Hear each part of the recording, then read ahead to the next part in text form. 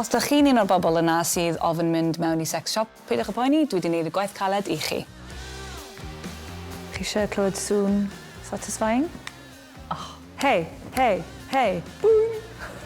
A dim just un twll, 2 dwll, joio. Wampen. So what's the most popular thing in the shop?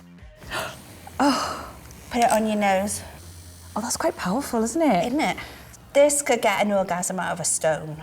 So yes, I'd say so. Be di hwnna? Be di hwnna? Mae gen I gymaint o gwestiynau.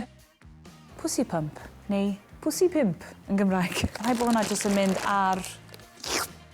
Fel na. Sorry am y sound effects. Strap-ons i'r girlies. Joio. Butt plugs. Mae yna rei bach neis os chi eisiau just dechrau allan yn fach a wedyn mynd fyny, seis.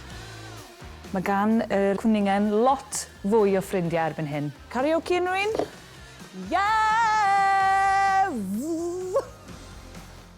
Os yna changing rooms yn rhywle? Hola! Waterproof rechargeable vibrator.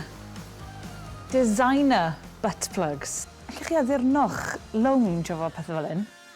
Mae yna law I bob achlysur fan hyn. Neidr, sharp, cock.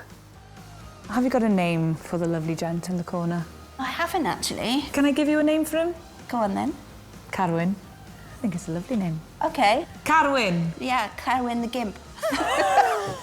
A dyna ni, dwi wedi cael amser hyfryd yma yn y siop ryw. Mae rhywbeth yma I bawb.